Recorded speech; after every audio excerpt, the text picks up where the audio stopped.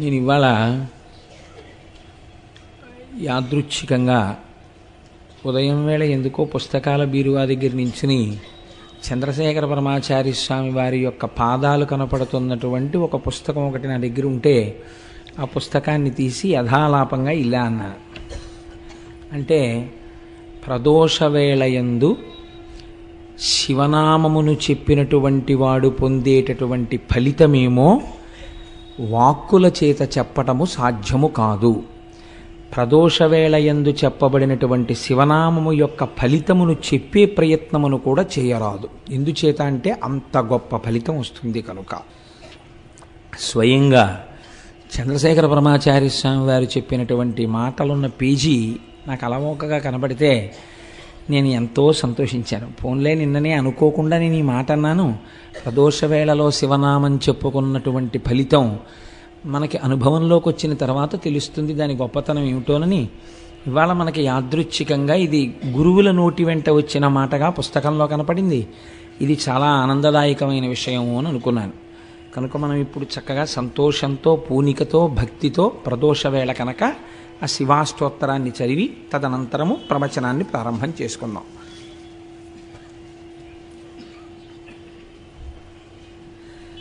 ధవళవపుషమిందోర్మండలే సన్నివిష్టం భుజగవలయహారం భస్మదిగ్ధాంగమీశం మృగయపరశుపాణిం చారుచంద్రార్ధమౌళిం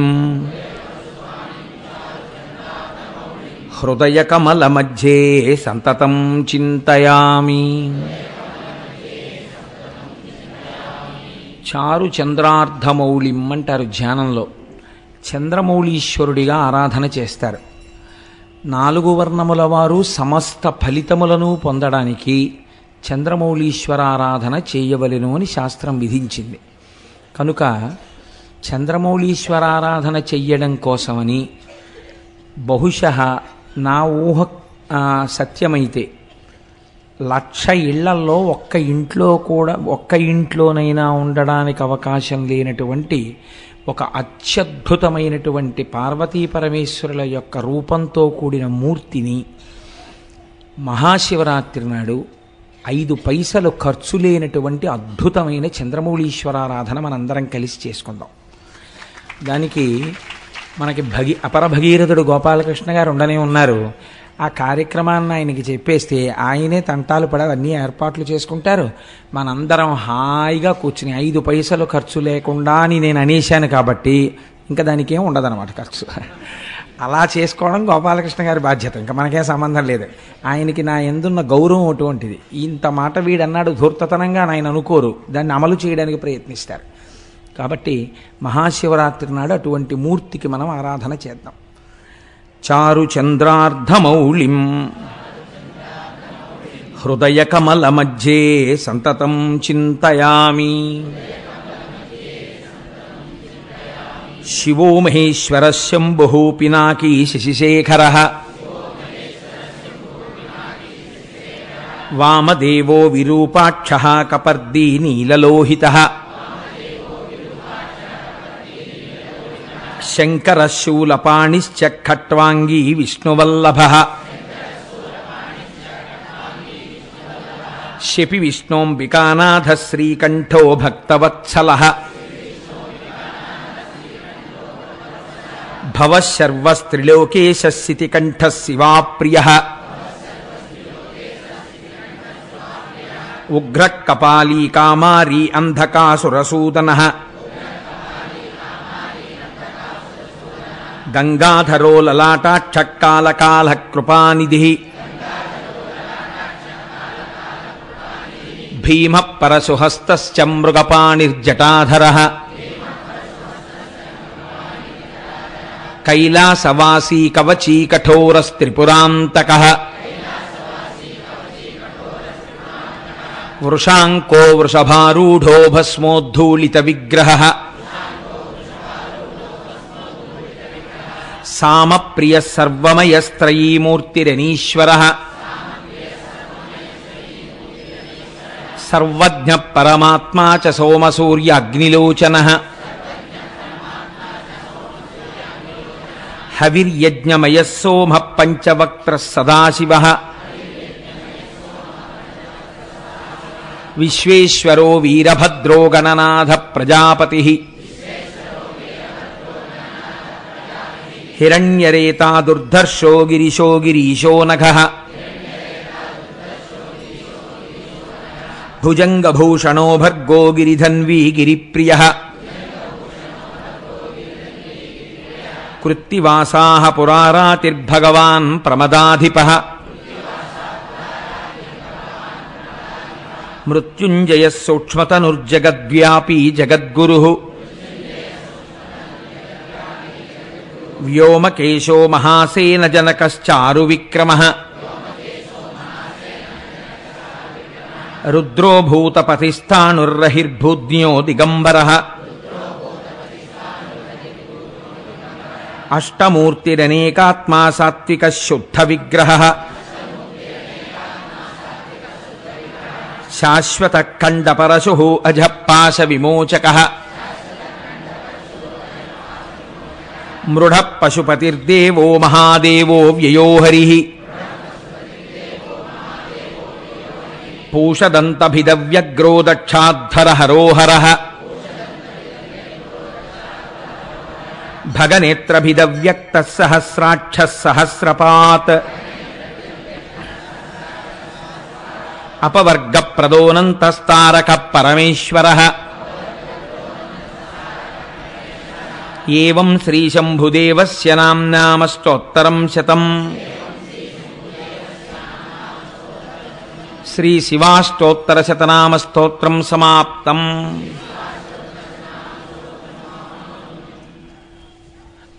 నిన్నటి రోజున భీమః అన్న నామంతో ఆ భీమేశ్వరలింగం ఎలా ఆవిర్భవించింది అన్నదాన్ని మీకు నేను విజ్ఞాపన చేశాను. దాని యందు రెండు ఉంటాయి.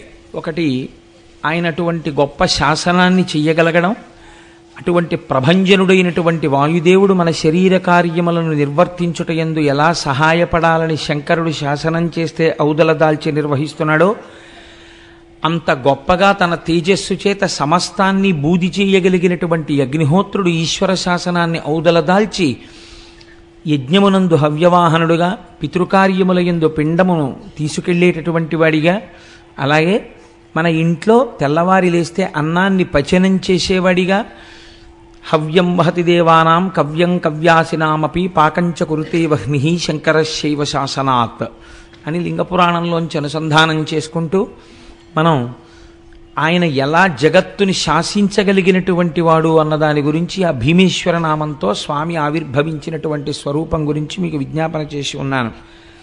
ఇవాల్టి రోజున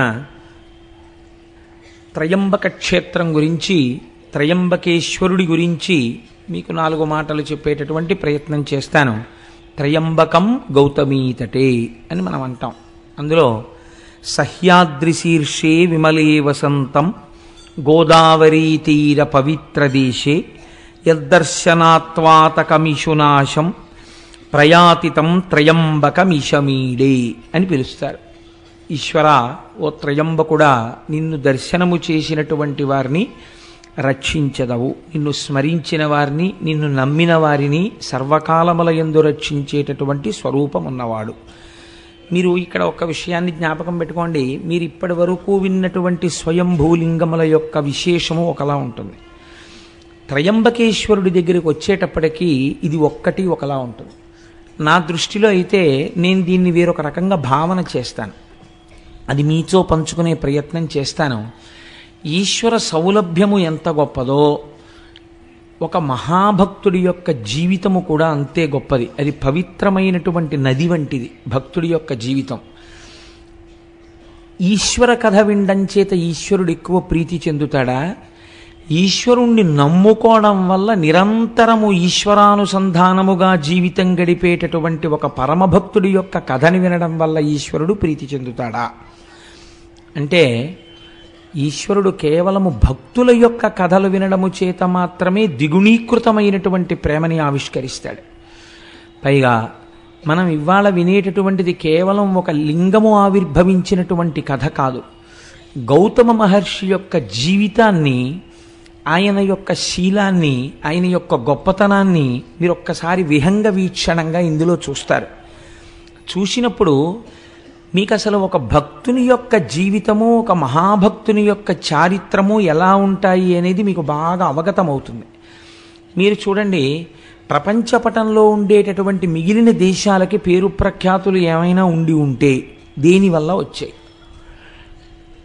ఐశ్వర్యము చేత వచ్చి ఉండి ఉండవచ్చు, లేదా ఆ దేశాలలో ఉండేటటువంటి కొంతమంది విజ్ఞానులు కనిపెట్టిన కొన్ని విషయాల వల్ల వచ్చి ఉండవచ్చు. ఏదో ఈ రాకెట్ ప్రయోగించారు, లేకపోతే ఈ పెద్ద ల్యాబొరేటరీ ఉంది, లేకపోతే ఇక్కడ ఇలా బటన్ నొక్కితే ఇన్ని వేల కిలోమీటర్ల దూరంలో ఉండేటటువంటి ఒక దేశంలో ఉన్న లక్ష్యాన్ని ఛేదించగలిగినటువంటి క్షిపణి కనిపెట్టబడినదనేటటువంటి కీర్తి చేత ఆ దేశమునకు గౌరవం ఉండవచ్చు.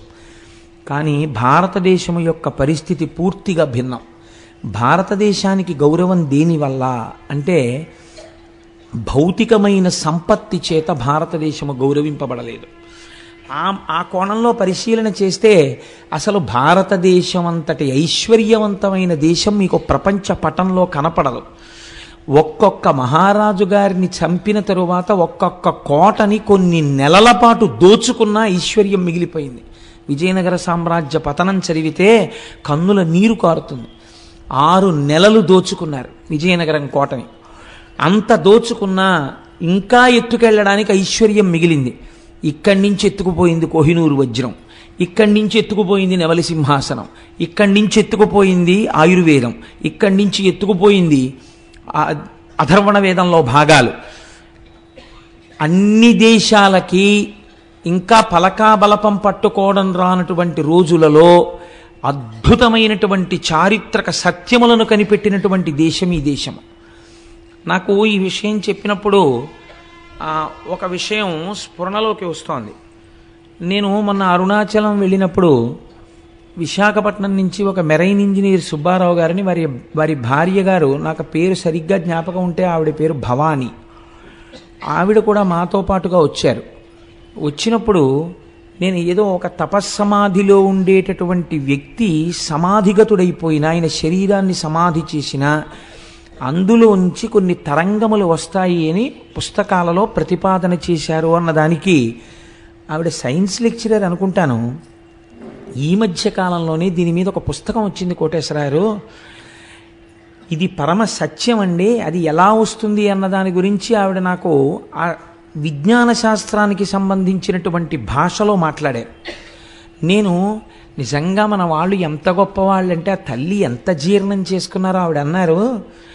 బహుశः మన దేశంలో పెద్దలు ఒక మాట చెప్తే ఇది ఇలాగే ఎందుకు పాటించాలి అని ధిక్కరించి అడగడం లేదేమోనండి. పూర్వం పెద్దలు చెప్పారంటే నమ్మడమే అని అనుకుని ఉంటారు. అందుకే దాన్ని కథలుగా చెప్పారు, శాసనాలుగా చెప్పారు తప్ప వివరణలు ఇవ్వలేదు. ఈ సూత్రాలనే ఇవాల్టి రోజున కొత్తగా కనిపెట్టబడినటువంటి విషయాలుగా విదేశాలలో చెప్పబడుతున్నాయి తప్ప ఇవి మన ఋషులు ఏనాడో దార్శనికులై చూసినవేనండి అన్నారు. నేను ఆ తల్లి యొక్క ఆ దర్శనానికి చాలా సంతోషించాను. మీరు చూడండి, మన దేశంలో కీర్తి దేని వలన వచ్చింది అంటే ఒక్క సత్యాన్ని పట్టుకొని అబద్ధం ఆడకుండా ఆడిన మాటకి నిలబడిపోయి జీవితంలో ఏవైనా పక్కన పెట్టి సత్యానికి కట్టుబడినటువంటి వాడు త్రిమూర్తులను కిందకి ఎలా దింపగలడో చూపించిన వాడు హరిశ్చంద్రుడు. భూతదయతో శిబిచక్రవర్తి దానం చేసి ఎనలేని కీర్తి ప్రతిష్టలను తీసుకొచ్చిన వాడు శిబిచక్రవర్తి. తనని తీసుకెళ్లి రాజు బంధించి కొరడాలతో కొడుతుంటే ప్రతిఘటించకుండా పరమేశ్వరుణ్ణి స్తోత్రం చేస్తే ఈశ్వరుడే వచ్చి విడిపించేటట్టుగా చేయగలిగిన ప్రజ్ఞ చూపించిన వాడు అన్నమాచార్యుల వారు. తన తలనే నరుకుతున్న శిష్యులు ప్రార్థన చేస్తే నరసింహావతారం వచ్చి శంకరాచార్యుల వారిని రక్షించినటువంటి కాపాలికుడి కథ కలిగినటువంటిది ఈ భరతభూమి. మీరు ఎన్ని రకాలుగా చూడండి, భగవంతుడి యొక్క ఉపాసనని, భగవంతుడి యొక్క శక్తిని 1కి 10 మార్లు నమ్మి ఆవిర్భవింపచేసి ఆవిష్కరింపచేసినటువంటి పుణ్యపురుషుల వల్ల ఈ దేశానికి ఇంత పేరు వచ్చింది తప్ప భౌతికమైనటువంటి సంపత్తి వల్ల పేరు రాలేదు. మనం ఎప్పుడూ ఇన్ని ఖనిజాలున్నా, ఇన్ని గనులున్నా, ఇంత తీర ప్రాంతం ఉన్నా, ఇన్ని సముద్రాలున్నా, ఇన్ని నదులున్నా పట్టించుకోకుండా నిరాడంబరంగా జీవితాన్ని గడపడానికి ఇష్టపడి భగవంతుణ్ణి చేరుకోవడం మనుష్య జన్మకి ప్రయోజనం తప్ప ఈ వనరులతో ఎంత భోగం అనుభవించవచ్చనేటటువంటి దృష్టికోణమే లేని దేశం బహుశः ప్రపంచ పటంలో ఉంటే ఒక్క భారతదేశమే. అంత గొప్ప దేశం ఈ దేశం. అందుకే ఇక్కడ భగవద్గీత పుట్టింది. ఇది కర్మభూమి. ఇక్కడ ఉపనిషత్తులు పుట్టాయి, ఇక్కడ వేదాలు పుట్టాయి. అంత క్రైస్తవ మతాధిపతి అయినటువంటి పోప్ జాన్ పాల్ II భారతదేశంలో విమానం ల్యాండ్ అయినప్పుడు ల్యాడర్ మించి మెట్లు కిందకి దిగి భరతమాత మీద కాలు పెట్టకుండా మోకాళ్ళ మీద వంగి ఈ దేశపు నేలని ముద్దు పెట్టుకొని భగవద్గీత పుట్టిన చోట, వేదాలు పుట్టిన చోట, ఉపనిషత్తులు పుట్టిన చోట లెక్క పెట్టడానికి వీలు లేనంత మంది మహాపురుషులు పుట్టి నాదోపాసనతో, వేదోపాసనతో, భక్త్యోపాసనతో, కర్మోపాసనతో ఈశ్వరుణ్ణి 1కి 10 మార్లు సాక్షాత్కరింపచేసినటువంటి భూమిని నా పాదంతో తాకడానికి నా మనసు ఒప్పలేదు, నాకు అర్హత లేదు, ముద్దాడి దిగుతున్నానని కాలు పెట్టాడు ఒక విదేశీ. ఈ జాతి ప్రతిష్ట ఎంత గొప్పదో దాన్ని మీరు ఆలోచించండి. అటువంటి జాతికి మనం వారసులం. అటువంటి పుణ్యభూమి మీద కాలు పెట్టి తిరుగాడుతున్నటువంటి అదృష్టవంతులం. విశేషించి ఆంధ్రదేశంలో ఉన్నవాడు ఒక్క రాత్రి నిద్రపోతే శ్రీశైలం వెళ్ళిపోతాడు. ఒక్క రాత్రి రైల్లో పడుకుంటే తెల్లవారేటప్పటికి వెంకటాచలం వెళ్ళిపోతాడు. ఎటైనా వెళ్ళగలడు. అనేకమైనటువంటి పుణ్యనదులతో త్రిలింగ దేశంలో మనం ఉంటున్నాం. మనంతటి భాగ్యవంతులు వేరొకరు ఉండరు.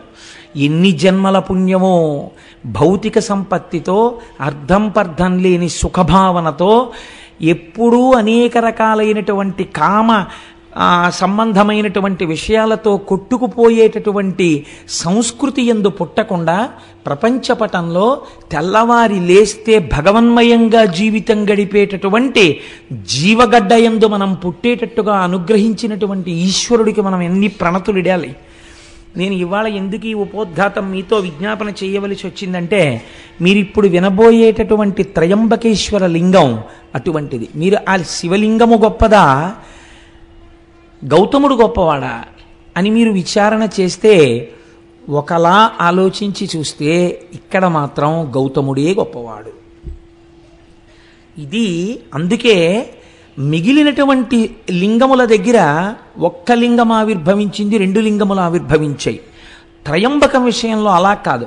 ఒక నది ఆవిర్భవించింది, ఒక శివలింగం ఆవిర్భవించింది. మనం తెల్లవారి లేస్తే ఏ నదీ జలాలు తాగి బతుకుతున్నామో ఆ నదిని తీసుకొచ్చిన మహాపురుషుడి చరిత్ర ఇవాళ రాబోతోంది. మనం భవతి అంటారు సంస్కృతంలో. భవతి అంటే ఉన్నాను. ఇవాళ మనందరం భవతి ఉన్నాము అంటే దానికి కారణం ఎవరో తెలుసా అండి? గౌతమ మహర్షి. ఆయన తెచ్చిన గోదావరి నీళ్ళే కదండి మనం తాగుతున్నాం. అటువంటి మహాపురుషుడి యొక్క చరిత్ర ఇవాళ మనం వినబోతున్నాం. దీనికి ఈశ్వరుడు నిజంగా ఎంత సంతోషాన్ని పొందుతాడో చూడండి. వీళ్ళు కృతజ్ఞతాభావంతో వింటున్నారని ఆనందిస్తాడు. ఇప్పుడు మీరు ఆ కోణంలో నేను ఎందుకు ఈ విషయాన్ని మీకు విజ్ఞాపన చేశానంటే, ఇప్పుడు నేను చెప్పబోయేటటువంటి విశేషాన్ని మీరు ఆ కోణంలో పరిశీలన చేస్తే, ఎందుకు ఈ మాట అన్నారు? లింగ ఆవిర్భావము కన్నా మహాత్ముని యొక్క జీవితమే గొప్పది ఒకలా చూస్తే అని అన్నారే, అలా ఎక్కడుంది ఇందులో అన్న విచారణ చేస్తూ మీరు వినే ప్రయత్నం చెయ్యండి. అది మీ జీవితానికి కూడా ఎంత గొప్ప కొత్త కోణాన్ని తొడుగుతుందో ఆలోచించండి. దీన్ని ప్రారంభం చేస్తూ ఆ శివమహాపురాణంలో ఒక మాట చెప్తారు. మునికులమందు గౌతముడమోఘ తపో విభవాజ్యుడై భృశంబనిశము శంభులింగనియ అనిశము శంభులింగ నియతార్చన సల్పుచు పత్నితో వసించను హరువొప్ప బ్రహ్మగిరి చేరువనొక్క వనస్థలంబునన్ అనువుగ శిష్యకోటి తన ఎండ పఠింపగ న్యాయశాస్త్రముల్. గౌతముడు చాలా గొప్ప మహర్షి. ఆయన గురించి ఎంత చెప్పినా తక్కువే. అటువంటి గౌతమ మహర్షి తన శిష్యులతో కలిసి ప్రతిరోజు శంభులింగారాధనమును చేస్తున్నాడు. ఆ లింగమునకు ఆయన ఏమని పేరెట్టుకున్నాడో చూడండి. శంభులింగాన్ని నేను ఆరాధన చేస్తున్నాను అన్నాడు. ఇది పూర్వకాలంలో మీరు ఒక 50 పేర్లు చూస్తే 51వ పేరు ఇది ఉండేది, శంభులింగం అని. అసలు ఈ పేరే కనుమరుగైపోయింది. వెర్రి వెర్రి పేర్లు, విచిత్రమైన పేర్లు. కలియుగం కదండి, నామస్మరణ జరగడానికి కూడా అవకాశం లేని రీతిలో కట్టడి చేస్తున్నాడు కలిపురుషుడు. కాబట్టి ఇన్ని పిచ్చి పేర్లు, అర్థం ఉండదు అసలు ఆ పిచ్చికి. ఒక్కటి ఈశ్వర సంబంధంతో లేవు. అంత పిచ్చి పిచ్చి పేర్లన్నీ వచ్చేసాయి ఇవాళ రేపు. ఆయన తను ఆరాధన చేసిన లింగమునకు శంభులింగము అని పేరు పెట్టాడు. శంభులింగము అంటే మీకు నేను శంభుహు అన్న నామం దగ్గర వ్యాఖ్యానం చేసి ఉన్నాను. శంభావయతీతి శంభుహు, మంచి భావములను కల్పించగలిగినటువంటి లింగమును ఆరాధన చేశాడు. కాబట్టి ఇప్పుడు ఆయన ఏం కోరుకుని ఉండాలి? మంచి భావనలను కోరుకుని ఉండాలి. ఏమిటా మంచి భావన? అటువంటి మహర్షి కోరుకునేది ఒక్కటే భావన, లోకమంతటినీ లోకేశ్వరుడిగా చూడడం, విశ్వాన్ని విశ్వేశ్వరుడిగా చూడడం. ఇదే ఆయన కోరుకున్నది కదండి. కాబట్టి ఇప్పుడు అలా శంభులింగాన్ని ఆరాధన చేస్తూ దానితో పాటు ఏం చేశాడు? చాలామంది శిష్యులు ఆయనని అనుగమించి ఉండేవారు. వాళ్ళందరికీ అనేకమైనటువంటి శాస్త్రములను బోధ చేస్తూ బ్రహ్మగిరి అనబడేటటువంటి ఒక పర్వత శిఖరము యొక్క పాదమూలమునందు ఆశ్రమమును నిర్మాణము చేసుకుని ఆ శంభులింగారాధన చేస్తూ పరమ పవిత్రమై, యజ్ఞవేది ఎందున్నటువంటి అగ్నిహోత్రం ఎంత పవిత్రమో అంత పవిత్రమైనటువంటి జీవితాన్ని ఆయన గడుపుతున్నాడు. ఇలా గడుపుతుండగా అంతకొండొక కాలంబునందు పొడమికడు అనావృష్టి పొదలని, ఎక్కడలగాని త్రావ నీళ్లులు కరువయ్యే గ్రాసమసలే శూన్యమయ్యను దశలనే చోటనేని. ఇలా నడుస్తుండగా కొంతకాలానికి భయంకరమైనటువంటి క్షామం వచ్చింది. ఆ క్షామమునకు కారణం ఏమిటి? అనావృష్టి. వర్షాలు పడలేదు. వర్షాలు పడకపోతే ఎక్కడా నీరు లేదు. నీరు చాలా గొప్పదండి శాస్త్రంలో. ఎందుచేతనో తెలుసా అండి? మీకు నీరు లేకపోతే మొట్టమొదట పాడైపోయేది ఇది అంటే ధర్మము లోపించిపోతుంది. నీటికి ఒక రకమైనటువంటి ప్రయారిటీ ఉంటుంది. మీరు చూడండి, నేను హైదరాబాద్లో ఒక 7-8 సంవత్సరాల క్రితం మా తమ్ముడింటికి వెళ్ళాను. వాడప్పుడు ఆ విద్యానగర్ ఏరియాలో ఎక్కడో నల్లకుంట ఏరియాలో ఉండేవాడు. సాయంకాలం స్నానం చేసి నేనేదో సంధ్యావందనం చేసుకుందామని స్నానం చేయబోతుంటే వాడు అన్నాడు, అన్నయ్య నువ్వేమనుకోకు, ఇక్కడ 2 పూట్ల స్నానం చేయడం కుదరదన్నయ్య, అతి కష్టం మీద నీళ్లు తెచ్చుకుంటాం. ఇక్కడ నువ్వేదో పవిత్రోవా సర్వావస్థాంగతోపివా యస్మరేత్ పుండరీకాక్షం స్వాహ్యాభ్యంతర శుచి పుండరీకాక్ష పుండరీకాక్ష పుండరీకాక్ష అనుకుని సంధ్యావందనం చేసుకోన్నాడు. ఇప్పుడు ఏమైంది? స్నానము లోపించింది. ఇంకా నీరుకు కొదవచ్చింది అనుకోండి, అర్ఘ్యం ఇవ్వడానికి కూడా మనం ఇబ్బంది పడిపోతాం. కొన్ని నీళ్లు అర్ఘ్యం ఇచ్చేస్తే గుక్కెడి నీళ్లు తాగడానికి తగ్గిపోతాయని సంధ్యావందనాలు కూడా పోతాయి. ధర్మలోపము దేని వలన ప్రారంభమవుతుంది అంటే నీరు తక్కువైపోవడం వల్ల ధర్మలోపం ప్రారంభమైపోతుంది. కాబట్టి నీరు ఈ లోకాన్ని నిలబెట్టడం, మనిషిని నిలబెట్టడం రెండింటినీ నీరు చేస్తుంది. కాబట్టి నీరు చాలా గొప్పది. అటువంటి నీరు ఎందుకు ఉండదు? ఒక్కటే కారణం, నీరు ఎందుకు భూమి మీద తగినంత దొరకని రోజులు వస్తాయి అని అడిగితే దీనికి లింగ పురాణం సమాధానం చెప్పింది. సంజీవనము సమస్తస్య జగత సలిలాత్మిక భవయిత్యుచ్యతే మూర్తిర్భవస్య పరమాత్మనః అని. భవ అంటే బతికించువాడు, ఏ రూపంలో బతికిస్తాడు? సంజీవనం సమస్తస్య, అన్నిటినీ బతికిస్తాడు. ఎలా? చెట్లు, చామలు, పురుగులు, పుట్ర, మనుషులు అందరూ బతుకుతారు. దేనివల్ల? జగత సలిలాత్మిక, నీటి రూపంలో ఉండి ఆయన బతికిస్తాడు. ఆయనకి ఆగ్రహం కలిగిందనుకోండి, వర్షపు చుక్క పడదు. నాకు తెలిసి నేను ఉద్యోగంలో చేరినటువంటి ఒక 5-6 సంవత్సరాల వరకు కూడా మినరల్ వాటర్ బాటిల్ కొనుక్కోవడం అనేటటువంటిది తెలియదు అసలు. మినరల్ వాటర్ బాటిల్ కొనుక్కోవడం అనేటటువంటి సంప్రదాయం బహుశా నాకు తెలిసి ఒక 5-6 ఏళ్ల నుంచే బాగా వృద్ధిలోకి వచ్చిందేమో అనుకుంటున్నాను. నీళ్లు పడకపోవడం, అతిసారం రావడం, ఎక్కడ పడితే అక్కడ నీళ్లు తాక్కండి అనడం, ఆ లోపల ఎటువంటి నీళ్లు పోసినా ఏదో నమ్మేసో సీసా కొనుక్కోవడం, 15 రూపాయలు ఇచ్చి సీసాలు నీళ్లు 15 రూపాయలు అండి. ఎప్పుడైనా మన వెనకతరం వాళ్ళని అడగండి, ఈ సీసా నీళ్లు 15 రూపాయలు పెట్టి కొన్నామని వాళ్ళు తెల్లబోతారు. అసలు చలివేంద్రాలు పెట్టి ఎవరైనా ఇంటికి రాగానే ఏమంటే కొంచెం దాహం పుచ్చుకుంటారని మజ్జిగిచ్చినటువంటి గడ్డ మీద తాగడానికి నీళ్లు లేవు. నీళ్లు కొనుక్కుని తాగవలసినటువంటి రోజులు వచ్చాయంటే మనం ఎంతగా శివానుగ్రహానికి దూరం అయిపోతున్నామో ఆలోచించండి.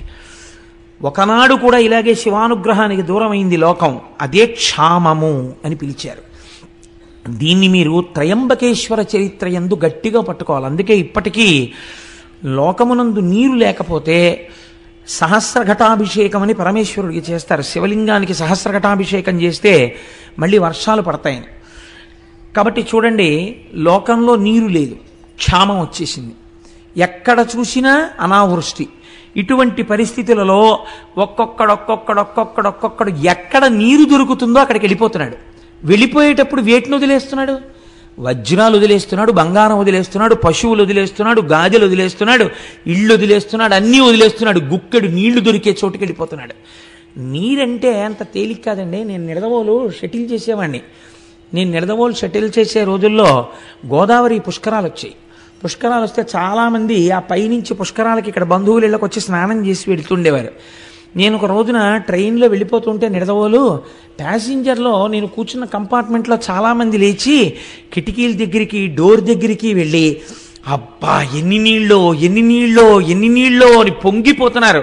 బ్రిడ్జ్ మించి ట్రైన్ వెళ్ళిపోతుంటే నాకు చాలా ఆశ్చర్యం అనిపించింది. అది ఎన్ని నీళ్ళో ఏంటి, మనం గోదావరి వచ్చిందంటాం అంతే చాలా క్యాజువల్గా.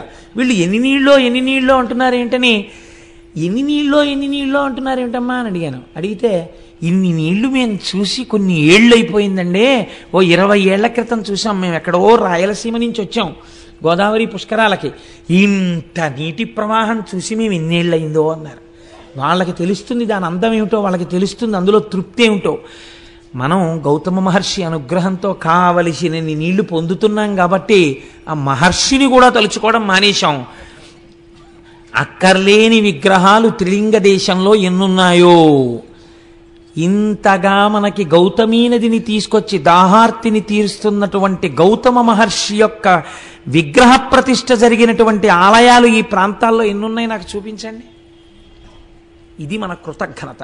ఎందుకు శివుడు అనుగ్రహించాలి మనని? కాబట్టి వాటర్ బాటిల్స్ కొనుక్కోవలసి వచ్చిందంటే కొనుక్కోవలసి వస్తుంది కదండి. కాబట్టి ఇప్పుడు ఏమైంది, కొంతకాలానికి భయంకరమైనటువంటి అనావృష్టి చేత లోకం బాధపడుతోంది. ఇటువంటి అపారమైనటువంటి బాధ చేత లోకంలో ఉన్న వాళ్ళందరూ వెళ్ళిపోతున్నారు. వెళ్ళిపోతుంటే ఆయన చూశాడు. చూసి అయ్యయ్యో ఇలా అయిందేమిటి, నేను ఎలా అయినా ఈ లోకము యొక్క బాధని తీర్చే ప్రయత్నం చేస్తాను అన్నాడు. ఇది ఎందుకండి గౌతముడికి? మీరు కొంచెం జాగ్రత్తగా ఆలోచించండి. తోచనమ్మ తోడికోడలు పుట్టింటికి వెళ్ళిందని, అనావృష్టి వచ్చి వర్షాలు లేక లోకంలో అందరూ బాధపడి చచ్చిపోతుంటే వెళ్ళిపోతుంటే, ఈ నీరు లేకుండా జీవులు పడుతున్న బాధ నేను తీర్చే ప్రయత్నం చేస్తానని గౌతముడు ఎందుకు అనాలి? ఇదే ఆయన చేసినటువంటి శంభులింగారాధనము. నాకు తపశ్శక్తి ఉంది కాబట్టి నేను ఇలా అంటే అందులోకి నీళ్ళు వచ్చేస్తే గొప్ప కాదు. రమణ మహర్షి తిరువణ్ణామల ఎంత ఎండిపోయింది ఒకప్పుడు. రమణాశ్రమంలో ఉన్నవాళ్ళు కూడా వెళ్ళిపోతున్నారు. వెళ్ళిపోతుంటే రమణుల దగ్గరికి వచ్చి చెప్పారు, అందరూ వెళ్ళిపోతున్నారండి, నీళ్లు లేవన్నారు. అంటే రమణులు అన్నారు, వెళ్ళిపోవడం ఎందుకు, నీళ్లు లేకపోతే వెళ్ళిపోతారా, ఈశ్వర కృప ఉంటే నీళ్ళు ఎందుకు రావు అని అక్కడ గొంతు కూర్చుని 4 చారలు మట్టి తీశారు. ఇలాగా అంతే జల పుట్టింది. అదే రమణబావి అని పిలుస్తారు. తిరువణ్ణామల ఎంత ఎండిపోతుంది, రమణాశ్రమంలో ఉన్న రమణబావి ఎండదు. దానికి కావ్యకంఠ గణపతి ముని పేరు పెట్టారు, రమణతీర్థము అని పేరెట్టారు దానికి. కాబట్టి మహాపురుషులు సృష్టించగలరు, వారి తపశ్శక్తి చేత వారు సంకల్పం చేస్తే వస్తుంది. గౌతమ మహర్షి తలుచుకుంటే రోజు ఓ కొండ నీళ్లు తేలేంటి, ఆదిశంకరాచార్యులు వారు తలుచుకుంటే పూర్ణానదినే అమ్మగారి స్నానానికి తీసుకొచ్చారే, అటువంటిది ఓ కొండ నీళ్లు ఆయన తన కోసం తెచ్చుకోలేరా? ఆయన బాధ అది కాదు, ఆయన బాధ లోకం కోసం. ఇది విశ్వమునందు విశ్వేశ్వరుని చూచుట, లోకమునందు లోకేశ్వరుని చూచుట. తను పూజామందిరంలో కూర్చుని బాగా పూజ చేసేసి, అయ్య బాబోయ్ ఏమి పూజండి అనేటట్టుగా పూజ చేసి, నియుజ్యమానా సుగజా సుహస్తా సకేశ్చరా స్తోచ్చల పత్రహస్తా బభూవ దేవీ చకృతా సుహస్తా లక్ష్మీస్తథా పద్మిని పద్మహస్తా అంటారు సుందరకాండలో వాల్మీకి మహర్షి. పూజామందిరంలోనేమో లక్ష్మీదేవికి పూజ, బయటికి వచ్చేమో సీతమ్మ తల్లిని బాధ పెడుతూ ఉండడం. ఎందుకు వచ్చిన దిక్కుమాలిన పూజ? అది కాదు పూజ అంటే. తాను లోకమునందు ఒక భాగము, ఈ లోకము ఈశ్వర స్వరూపము కాబట్టి లోకము బాధపడితే ఇది ఈశ్వరుడి బాధ. కాబట్టి నేను లోకమును రక్షించాలి, అది నా పూజలో అంతర్భాగము అని ఆయన అనుకున్నాడు. ఇది ఆయన చేసినటువంటి శంభులింగారాధన. కాబట్టి ఇప్పుడు ఆయన జలముల యొక్క అధిదేవతను గురించి తపస్సు చేశాడు. మీకు ఏ అవసరం వస్తే ఆ అవసరాన్ని తీర్చగలిగినటువంటి వారి దగ్గరికి వెళ్ళాలి. ఇంట్లో దొంగలు పడ్డారనుకోండి, ఫైర్ ఆఫీస్కి వెళ్ళకూడదు కదా, ఇల్లు అంటుకుంటే ఫైర్ ఆఫీస్కి వెళ్ళాలి. అదేంటంటే మా దగ్గరికి వచ్చారంటే మీరు ఖాళీగా ఉన్నారని వచ్చామంటే అంటే వాళ్ళు ఏం చేస్తారు? ఇంట్లో దొంగలు పడితే పోలీస్ ఆఫీస్కి వెళ్ళాలి.